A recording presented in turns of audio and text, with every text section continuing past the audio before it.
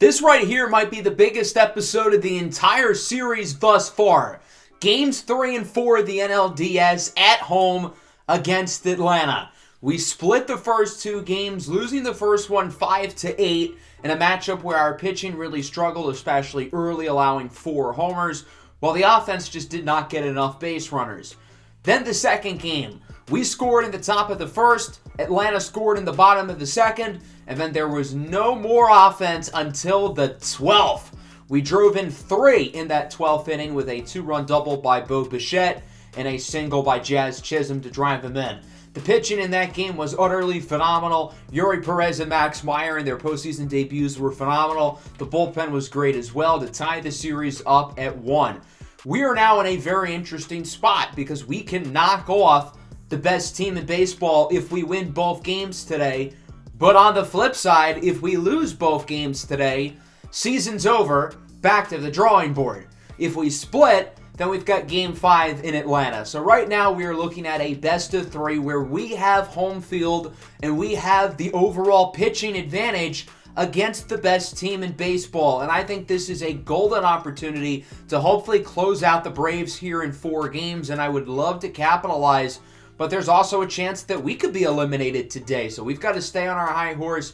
Should be a lot of fun, and we're not going to waste any time as we hop into Game 3. We've got Edward Cabrera, the best pitcher in baseball, on the mound. In Game 4, it'll be Sandy Alcantara. In both matchups today, I think the Marlins absolutely have the pitching advantage, along with having home field. I think that's going to be, hopefully, a really big deal. So let's hop into Game 3 of the NLDS here in South Beach. The biggest postseason games for the Marlins in over 20 years. We'll see if the Marlins can knock off the best team in baseball, or if vice versa happens, or if we could be looking at a do-or-die, winner-take-all Game 5, which would be in the next episode. Should be a lot of fun here with Edward Cabrera on the mound, a packed house here at Lone Depot Park. The Marlins coming off an emotional 12-inning win during Game 2 as we take a look at both lineups, regular starters for the most part across the board. And we'll get a look at Edward Cabrera, led all pitchers in baseball in pitching WAR, second for the National League Cy Young. And then in Game 1 of the wild card round against the Dodgers, he threw 7 innings, only allowing 1 run and a win.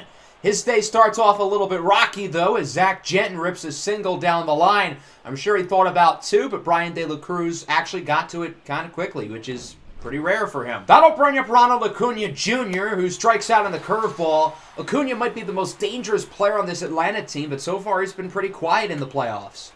Pete Alonso up now. He's been great so far for Atlanta. Flies it into center. Jazz Chisholm under it pretty quickly to make the play. So Cabrera allows a hit, but nothing more. As we go to the bottom of the first, we'll take a look at Ian Anderson, who will be getting the start today for the Atlanta Braves. His first postseason start of the year, he had a pretty good regular season, 3.53 ERA, 1.21 whip. Certainly not the caliber of pitcher that Cabrera is, but he's no slouch on his own right. The Marlins offense has struggled really throughout the entirety of the playoffs. They've got to pick it up. And Luis Arraez looking at that fastball certainly does not help things. Jazz Chisholm homered in each of the first 2 games of the NLDS against Atlanta.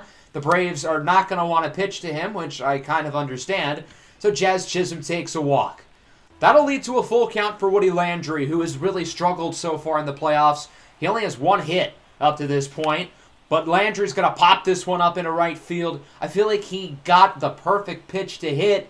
He just topped it, and it will be caught in right field by Acuna. So both pitchers allow 1 base runner, but nothing more as we move into the second. I'm really curious to see how this Braves lineup tries to attack Edward Cabrera today, because throughout the year, whenever Cabrera has played against Atlanta, he has been dominant as he gets Austin Riley, who's hitless so far in the playoffs, to go down looking. Ozzie Albies is up now, 3-1, take your base. Albies, during that at-bat, had a few tough layoffs that were all called balls. Mike Gonzalez now hits this one up the middle for a single. Gonzalez, the former first-round pick, getting some action here in the playoffs as he makes a big play, and the Braves now have runners on the corners and a really good opportunity to score first. So that'll bring up Jake Fraley, who grounds this one over to first. Landry and the Marlins look to turn 2, and they do. 3-6-1, inning-ending double play, and that'll hold Atlanta off the scoreboard as we go into the bottom of the second. Nick Fortes obviously had a disappointing regular season, but so far so good in the playoffs. What a play here at second base by Ozzie Albies to get the out. Albies had some good moments and some bad moments defensively in the first two games of the series in Atlanta. 2-2 count now for Jesus Sanchez, the pitch from Anderson, and Sanchez goes chasing on the outside circle change. Sanchez's plate discipline throughout the postseason has been great, but clearly not on that play. Gavin Lux now hitless in the playoffs, looking to change that. Doesn't look like that'll happen here as he pops it up into center. Michael Harris makes the play. Through the first 4 postseason games, the Marlins as a team are only batting .210. They're hitless so far today. Is the offense going to turn itself around at some point? You can't rely on Edward Cabrera to carry you, although he will do that. 1-2-3 third inning for Cabrera as he finishes with a Zach Jensen ground out. Looks like we could be looking at another pitching duel. Hopefully the Marlins offense can get something going. They don't have a hit yet. Let's see if that changes here in the bottom of the third. One away for Brian De La Cruz. He's going to ground this one up the middle. Zach Jensen now, what a play. Throw to first is in time. Not that the Marlins have been hitting the ball well, because they are not, but so far Atlanta's defense looks quite good. Luis Ariz up now for the Marlins, rips it into center. Finally, the Fish get one to drop. A base hit for Luis Ariz, and Miami's got a runner aboard with 2 away.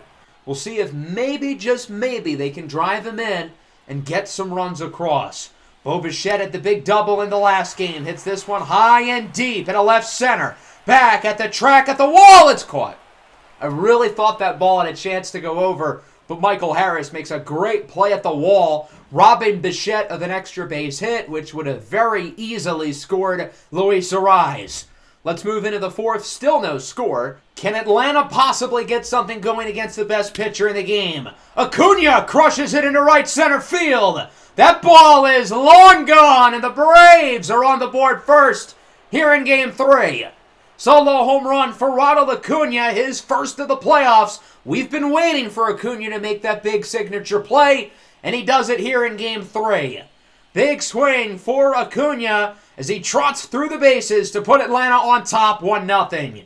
The Braves aren't done, though. If this one is fair, it's gone, and it goes over the foul pole. That is fair. Solo home run for Pete Alonso, going 428 feet. His third homer of the playoffs. Nobody in baseball does a better job of keeping the ball in the ballpark than Edward Cabrera, who had a .43 home runs per 9. He only allowed 9 homers the entire year, but he's now allowed 3 in under 11 innings of playoff action. Looking to make his way through the rest of the inning, Gonzalez lays off the sinker. That pitch was in the zone, and he checked the swing. I feel like you kind of got to give the pitcher the benefit of the doubt there, but unfortunately that won't be the case. It won't really matter, though, because Fraley flies out into foul territory, caught by Sanchez. Still a big inning, though, for the Braves as they homer twice.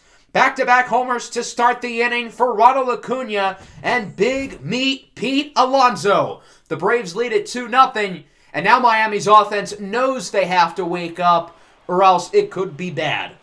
Woody Landry has to step up. He has been a major flop so far in the playoffs as, again, he gets a really good pitch to hit. I think he timed it up well, but he tops it.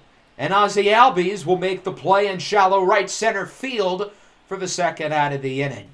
That'll bring up Nick Fortes. We'll see if he can potentially get something going for the Marlins. The count is 2-1. Fortes hits a tough pitch. Ozzie Albies cannot make the play, and that'll go for a single.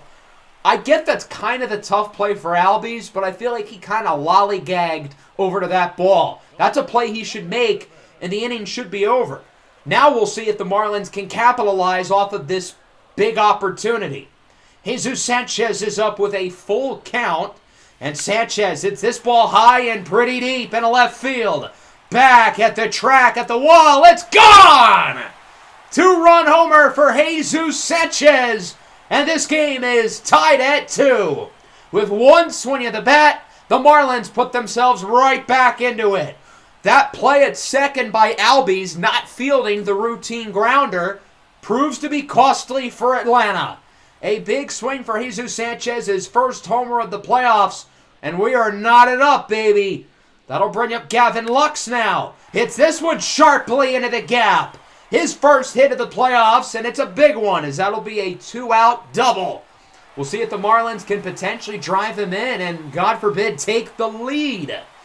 Interesting opportunity here for Jacob Berry, who so far has been pretty good in the playoffs.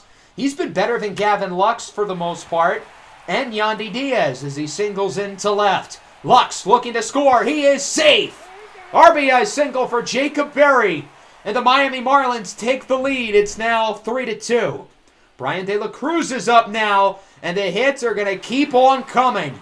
After Ozzie Albies let the routine grounder get by him, the bottom 4 hitters in the Marlins lineup all got hits after the fact. And because of that, Ian Anderson's pitch count is getting higher and higher quickly. Luis Arise into right field. It's caught by Acuna. Big inning, though, for the Marlins as they score 3 off of a very preventable defensive mishaps by Ozzie Albies. Big 4th for both teams as we move into the 5th. Hopefully Edward Cabrera can pitch better after allowing the 2 homers. Murphy lines it to first. Good play by Woody Landry. As bad as Woody Landry's offense has been in the playoffs, he has been really good defensively if you're looking for a silver lining. Zach Genton is up now. He's behind 1-2. Who hits the outside slider. Fortes has got to make this play quickly, and he will. 1-2-3 inning for Edward Cabrera. It appears he is back in business as it remains a 3-2 ball game. Cabrera nearing 90 pitches. How much longer is he going to go? You got to hope for one more inning, maybe 2 if the Marlins are lucky. Bottom 5, new pitcher. It's Sean Manaea in the game as he allows a ground rule double to Bo Bichette. Ian Anderson was pitching so well, too. And again, if Ozzie Albies fields that ground ball at second, Anderson would still be in the game with a low pitch count. Jazz Chisholm advances Bo Bichette over to third. A sacrifice fly or hit by Woody Landry should be able to score him. Landry grounds it over to second. Ozzie Albies makes the play. Bo Bichette will score, though, making it a 4-2 ball game. Good at bat for Woody. So the Marlins are now up by 2 as we go into the 6th. Cabrera obviously still in the game for now. I imagine he has a short leash as he walks Acuna. Full count for Alonso, who swings and misses at the slider. Big pitch by Cabrera, just his 3rd K of the day. Pretty low for a guy who has a really high strikeout rate. Austin Riley strikes out in the curveball. There's number 4 for Cabrera. Ozzie Albies up now. Runner looks to steal second. He is safe. That's Acuna, who's now in scoring position. Big opportunity for Ozzie Albies to potentially drive him in as he grounds it over to Cabrera, who makes the play and throws him out. Edward Cabrera is at a little bit under 110 pitches. Maybe he's got one more inning left. We'll find out. I think based on how this 6th inning goes for the Marlins offense could determine if Cabrera returns to the game. If the offense goes on a big stretch, maybe he doesn't have to come back for the 7th as Jacob Berry gets an infield single. Good effort at short by Zach Genton, but he is unable to make the play as he bobbles the ball trying to pick it up.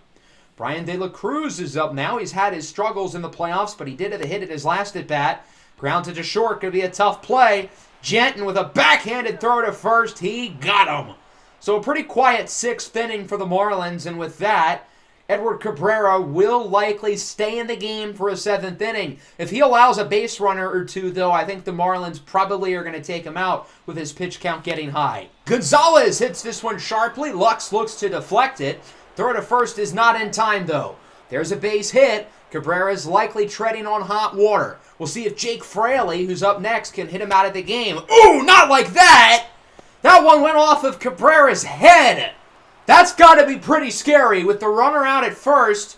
But obviously the concern here is Edward Cabrera, who took a pop to the noggin. He's going to be removed from the game, so he'll be taken out after all, but certainly not with the circumstance that we would have hoped for. It looks like the ball bounces off his hat, which is pretty weird. I feel like the Marlins really dodged a bullet of what could have been a super severe injury as we look at it again. It goes off the brim of his hat, and he has a pretty flat brim too, which is stronger and less flimsy than, say, a curved brim. So I have no idea what to expect with an injury. Hopefully it's nothing too serious. You never want to, speculate, especially with a head injury. And A.J. Puck, the lefty, will come in to replace him. With 2 away, Michael Harris flies out to left. Sanchez makes the play. Busy 7th inning, though, as Edward Cabrera does not make it through the inning. Not because he couldn't, but because he suffered a head injury. So let's go to the bottom of the 7th after a scary moment here in South Beach. Bo Bichette up with one away. Bichette gets a hanging pitch that he slices into left field for a single. The Marlins are up by 2, but they know this Atlanta lineup is dangerous. The more insurance, the better. Jazz Chisholm up now. Bichette looks to steal second. Throw from Murphy is a good one, but Bichette beats it out. Whoa, pause. Bichette now at third. 2 away for Woody Landry. He hits this one pretty well into center field. Harris chases after it at the track, at the wall. It is caught. Woody Landry's struggles offensively continue. I mean, at least he hit that one well, as it remains 4-2 going into the 8th inning. Another pitching change here for the Marlins as they will go back to the bullpen, bringing in Dylan Tate, who is not allowed to run so far in the playoffs. He's been pretty good so far. We'll see if he can keep it up. Now, Tate hasn't exactly played flawlessly in the postseason. Against Atlanta earlier in the series, he did struggle despite not allowing an earned run. He gets Zach Gent to go down on the check swing, and he gets Acuna to swing and miss on the slider. 2 away now for Pete Alonso. Of course, he had the big homer earlier, grounds at the third. Jacob Berry looks to make the play, and he will. The Marlins are 1 inning away from taking a 2-1 series lead against the best team in Major League Baseball. Bottom 8, Nick Fortes is up for the Marlins, and he swings at a sinker in the dirt. What was he waiting for there? Ugh. Sean Manaea continues to pitch pretty well as Yandy Diaz comes in off the bench, rips it down the line. He is safe at first. A pinch hit single for Yandy Diaz, and the Marlins have another runner here for Jacob Berry, who's had a pretty good day offensively and at third defensively as he singles into right. Berry with his 3rd hit of the game, and now there's 2 runners aboard here for Brian De La Cruz. We have well documented his improvements as a batter with runners in scoring position. Let's put it to the test here as he lines it into right. Ronald Acuna makes the play, and we will go into the 9th inning. The Marlins hold a 2-run lead. Can they hold on and get the win with the closer Devin Williams looking to finish it off? Williams is 2 of 2 in save ops so far this postseason, not having allowed a run. Hopefully he can keep it going. We'll start with Austin Riley, who strikes out on the fastball for out number 1. 2 more. Ozzie Albies crushes it into right field. That ball, if fair, is gone, and it is. So the Braves are back on the board. A solo home run for Ozzie Albies. And this game just got real interesting. Albies with his 2nd homer of the NLDS, and the lead is cut down to 1. Atlanta's not going to quit. They score for the first time since the 4th inning. The long ball has really been the only source of Atlanta offense throughout this postseason series. Gonzalez goes down on the cutter for out number 2, and it'll go down to Jake Fraley, the 2-2. Swinging to this on the cutter. The Marlins win Game 3 by the final score of 4-3. And with that, the Miami Marlins take a 2-1 series lead. And going into Game 4, which will be starting in just a couple of minutes, the Marlins will have the opportunity to eliminate the Atlanta Braves. How exciting is that? Now, it does come with a casualty. Edward Cabrera suffered a head injury in the 7th inning, and we will take a look at that injury momentarily, but we'll start with the box score. The Braves got to do more offensively. It's been an issue throughout the entire postseason series. They've had no issue hitting homers. Their only runs today came off of homers from Acuna, Alonso, and Albies, but they need the other guys in their lineup other than Mike Gonzalez to step up. The pitching was pretty good, I felt like, for Atlanta. Our offense had some good stretches, particularly that 4th inning. Not a ton of consistency offensively, but I guess we did enough. Edward Cabrera pitched well, though. The bullpen pitched well. The pitching continues to be the reason why we are winning playoff games, which is interesting because I always felt our offense was better than our pitching. So Edward Cabrera suffers a black eye. Not going to be a serious injury. We definitely dodged a bullet there. I don't really know how he could have gotten a black eye because he got hit like on the brim of his hat. But I'm not complaining. He's not going to miss any time, which is all that matters. So now we will enter Game 4, and we have got the opportunity to eliminate the Braves with Sandy Alcantara on the mound against German Marquez. Again, I think the Marlins really have the significant pitching advantage along with being at home again. So we'll see if the Marlins can shock the baseball world eliminate the 99-win Braves and advance to the NLCS for the first time since 2003. A lot is riding on this game for the Marlins, and this would be one of, if not the biggest win since the 2003 World Series. So let's see what the Marlins can do, having won 2 games in a row, including Game 3, which we just saw the Marlins squeak away from Atlanta 4-3. Let's take a look at both lineups. Again, for the most part, regular starters across the board. Here is Sandy Alcantara, who in his first postseason outing of the year did not look overly good. 4 2/3 innings, allowing 4 runs. The Marlins still won that game against the Dodgers in Game 2 of the wild card round, but it wasn't necessarily Sandy the reason why the Marlins won. So the Braves are definitely going to be looking to set the tone. They'll start with a Michael Harris walk. Harris is pretty fast. Got to watch out for the speed as Zach Genton singles into right, and already Atlanta opens the game with 2 aboard. This is not a very good start for the Marlins. Sandy Alcantara's got to pitch well early, or else it could be another rough start for him. Ronald Acuna goes down looking on the sinker. Big pitch. Sandy really needed that one. Now he's going to face off against Pete Alonso, who's ahead 3-1. Alonso grounds it to second. This could be an inning ender. 4-6-3 double play. Big play to end the inning for the Marlins defense. They needed to put that ball on the ground, and they do just that. Here is the veteran, German Marquez, getting the start for Atlanta. He did not have a great regular season. 5.17 ERA, 1.53 whip. We'll see if the Marlins offense can finally get alive, as they've been very bleh throughout the entirety of the playoffs. Bo Bichette with a weakly hit single, but a single nonetheless, into right field. There's a base runner. We'll see if the Marlins can get some runs early and look to put themselves in control. Woody Landry is up now. His postseason batting average has gone down to .056. But he hits a rocket off the bat. 111 exit velo, but it is caught. Ronald Acuna is able to make the play, and the Marlins do not score anybody. Even when Woody Landry does hit it well, he finds a way to be out. No score as we go into the second inning. We'll see if Sandy Alcantara can, avoid the base runners, as he'll face off against Austin Riley, who still is hitless in the playoffs until now. Riley beats the shift perfectly, looking to leg this one out into a double. The throw to second is not in time, and Atlanta opens up the inning with a runner in scoring position. We'll see if the Marlins can drive him in, as that'll bring up Ozzie Albies, who's coming off a strong Game 3. He homered, and here he draws a walk. Tough pitch to lay off. Feels like Atlanta's gotten a lot of the close calls throughout this postseason series. Mike Gonzalez up now. He goes down looking on the slider. Big pitch for Sandy Alcantara after allowing the first 2 base runners to get on. Grounder up the middle for Jake Fraley. Runner will look to score. The other runner advances to third, and the Braves lead it 1-0. RBI single for Jake Fraley, and Atlanta actually gets some runs off of something other than a homer. Pretty rare for them. Sean Murphy is up now, grounds it to second. Could be another double play, and it will be. And the Marlins get out of the inning only allowing 1. I've got to say, though, Sandy Alcantara looks shaky. He's gotten a couple ground balls leading to double plays, but he's allowed a lot of base runners so far. Bottom second, here's Jesus Sanchez, who homered in the last game. Hits it up the middle. Genton deflects it, but he's unable to make the play. And that'll go for an infield single for Jesus Sanchez, who is finally starting to hit the ball pretty well here in the postseason.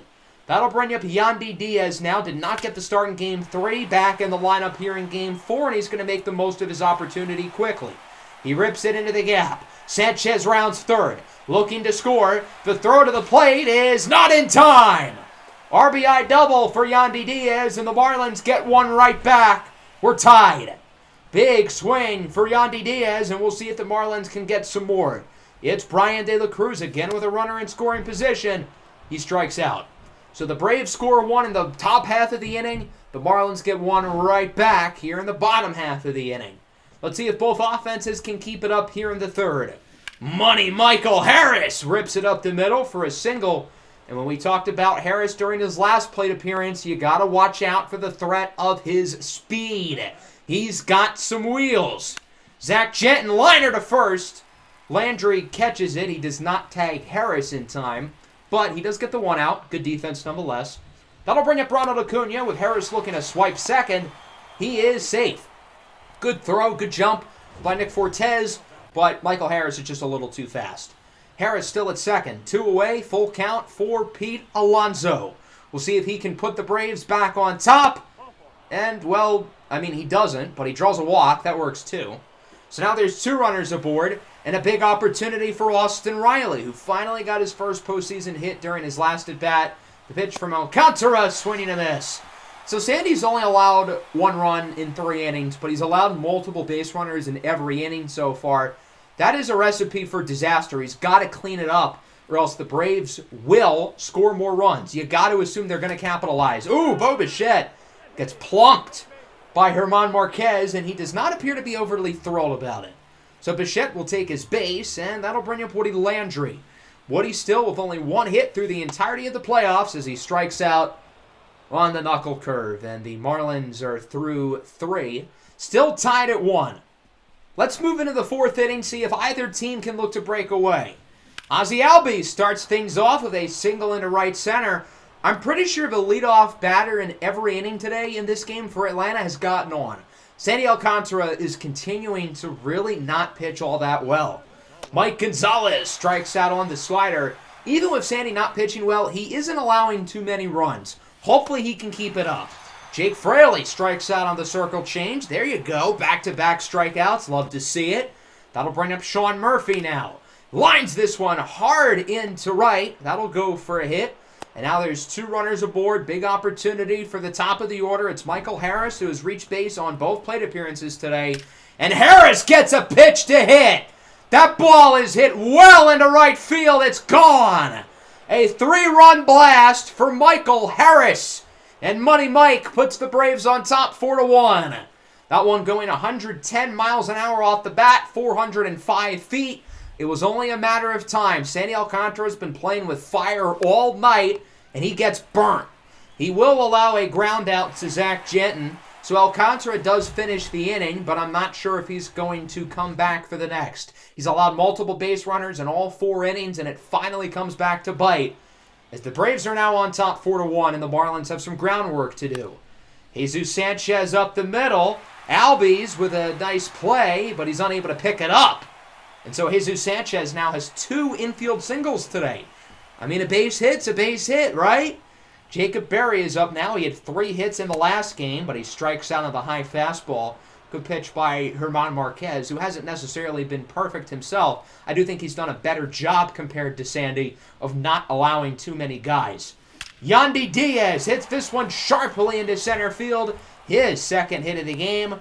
Sanchez and Diaz with 2 hits each. The rest of the team, though, only has 1 hit combined amongst the other 7.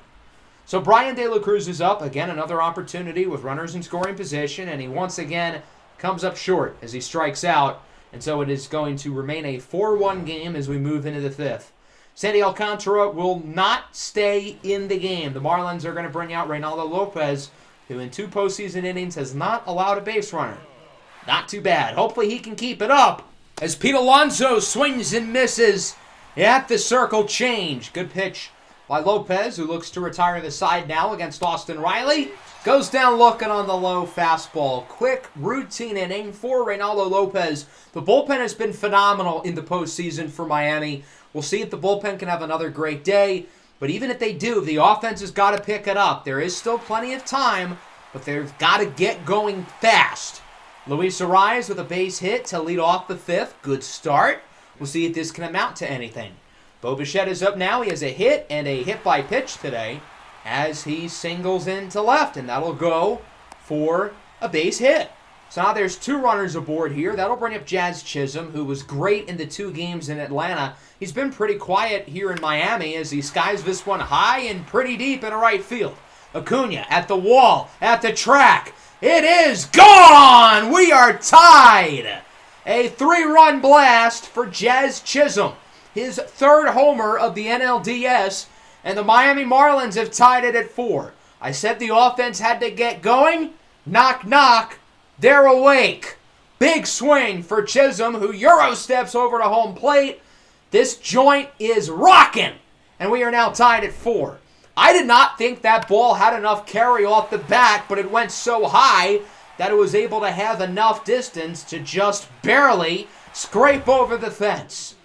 That's going to knock German Marquez out of the game. He'll be replaced by Cole Phillips, who was not good in the regular season. But in Game 2 of the NLDS, he went 5 1/3 scoreless out of the bullpen. And I think the Braves lost that game only because they didn't pitch him more. Nick Fortes, his first victim with a liner over to short. And he is safe with an infield single. The Marlins have gotten a number of hits in the infield today. Jacob Berry is up now. Runner in scoring position, 2 away. Can Miami take the lead, perhaps? Tough pitch to lay off, but he does. So now the count is even at 3-2. Berry could have struck out earlier, but instead it's going to be a weak grounder, and the Braves make the play. Very good inning, though. The Marlins tie it up with a 3-run blast by Jazz Chisholm. Adonis Tokadopoulos, the submarine-throwing, knuckle-balling lefty, is into the game for the Marlins as he faces off against fellow lefty Jake Fraley.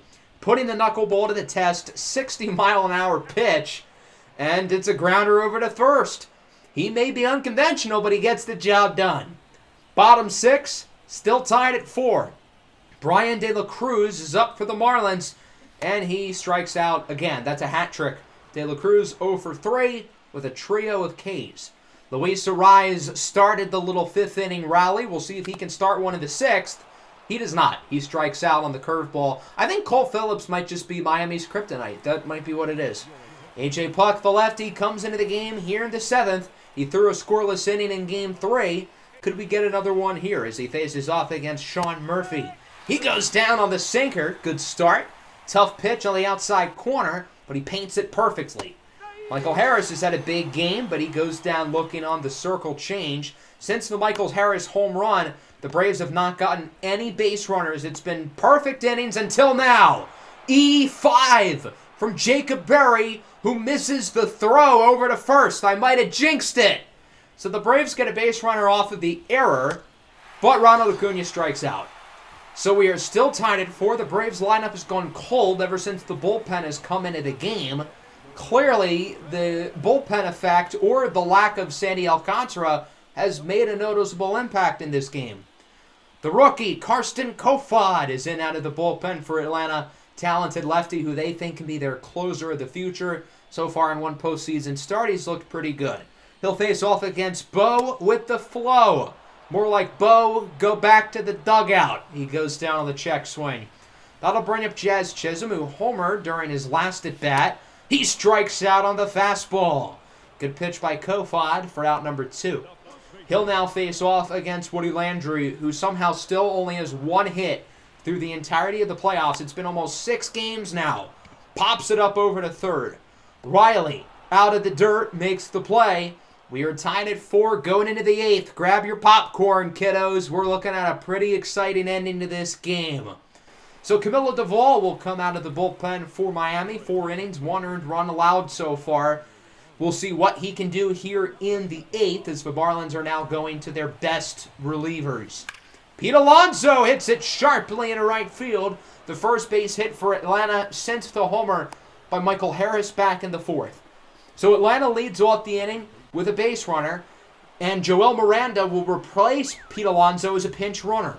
Alonso's speed obviously not great, as this could be 2. It is not. It's a fielder's choice for Austin Riley, and now with 2 away, Gonzalez rips it up the middle for another hit. So the Braves have 2 aboard. What an opportunity for Jake Fraley, who when he's had runners on base has overall been pretty clutch throughout this postseason series. His biggest at-bat yet, he broke it. Over to third, and Jacob Berry makes the play. We are still tied at 4. Not a pretty inning for Camilo Duvall, but no runs are scored, and he gets the job done. The Braves make an interesting choice here with Chris Flexen coming into the game. He pitched the 12th inning of Game 2, allowing the 3 runs in the loss. We'll see if the Marlins can hit him well again. Matt Olson comes into the game as a defensive substitution, his first appearance since Game 1. I'm not really sure why the Braves have refused to use him, but oh well. With 2 away, the pinch hitter Ryan Poles grounds out to third. No 8th inning fireworks for the Marlins as we move into the 9th. Game tied at 4 still. We haven't had any runs since the 3-run blast by Jazz Chisholm back in the 5th. It's not a save opportunity, but the Marlins feel like they've got to bring in Devin Williams here. and it looks like he'll make it through the ninth pretty easily. Zach Janton flies out to right. It's caught by De La Cruz. We'll go to the bottom of the ninth. The game is tied at 4. The Marlins have an opportunity for a storybook ending. Can they walk it off and advance to the NLCS, or could we be headed back to extras for the second time? Yandy Diaz leads off the inning with a single. Alrighty, so the Marlins had the winning runner aboard with nobody out. Great start to the inning. Esteury Ruiz, the speedster, will come in to replace him as a pinch runner. That'll bring up Brian De La Cruz, who is now 0 for 4 with 4 strikeouts today. Yikes. Chris Flexen still in the game, as you can see. Bold decision by Atlanta as Luis Arraez hits this one into center for a single. And with that, the winning runner is in scoring position. A base hit probably ends the game. Bo Bichette strikes out on the slider for out number 2. That'll bring up Jazz Chisholm, who's got 2 on, 2 away, and a chance to win the series. That's a tough one to lay off. I thought that was a ball, but it gets called a strike. Chisholm's now behind 1-2. The pitch from Flexen. This one hit up the middle. Albies can't make the play. The runner looks to score. The throw from Harris for the game. It's not in time. The Marlins walk it off, and they have won it 5-4 with a game-winning single by Jazz Chisholm. Not only did the Marlins win the game, but they win the NLDS, shocking the world, knocking out the 99-win Atlanta Braves.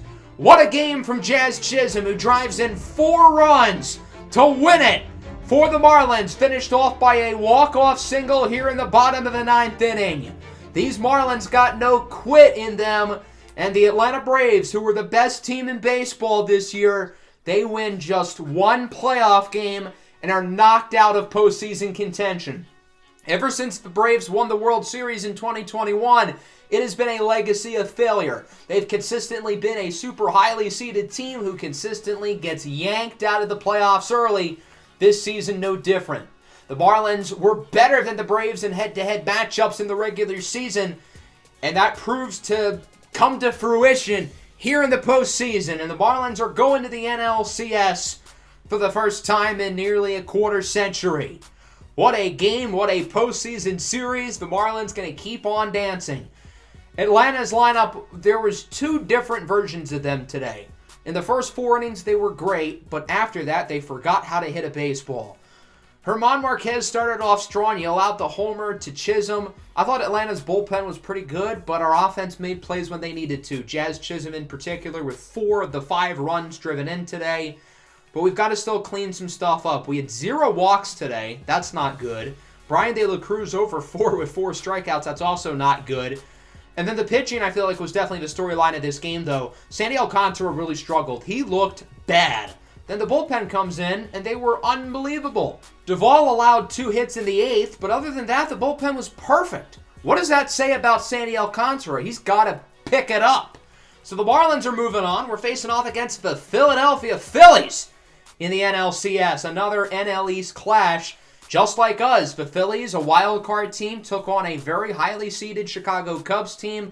They won in 4, and I would argue their postseason run is even more of a surprise than us. They were the 6th seed. They knocked out the Padres to make a quick turnaround over to Chicago, and they beat the defending World Series champions in 4 games. So it should be a lot of fun here. We always play the Phillies tough. Let's find out what happens in the American League Series first. And as I was simulating, Luis Robert, no longer on the injured list. He will be healthy. Edward Cabrera will also be healthy. So the roster, other than Jordan Hicks, who got hurt in May, we're going to be fully healthy for the NLCS as we take a look at the AL. A lot more chalky with the 2 top seeds, Cleveland and Tampa Bay, moving on. This Phillies team only won 84 games, but they should not be taken lightly. Over the past few years, the Phillies have been a highly seeded team in the playoffs who always finds a way to make it far, beating up on some of the best teams, this year being the Chicago Cubs. Trey Turner's been really good. Bryce Harper is doing Bryce Harper-type things. JT Realmuto missed a chunk of the year with injury. He is healthy. The one issue with their team in the playoffs has been Walker Buehler, who has been somehow even worse than Sandy Alcantara has been. But the rest of the pitching's been quite good. Zach Wheeler's been unreal. Andrew Painter's really tough. Taijuan Walker's a good player. Their bullpen, no slouch either. And Similarly to our series against Atlanta, we were the underdog, but we had the upper hand against them throughout the regular season. With the Phillies, they have performed well head-to-head against us this year. We have lost our last 3 series against the Phillies. We have really struggled against these guys this year, and clearly that was an issue for Atlanta against us. Could that be an issue for us against the Phillies? Let's find out. We've got games 1 and 2 at home in the next episode. I hope you guys enjoyed this one. Make sure to leave a like and subscribe to the channel if you are new. Peace out.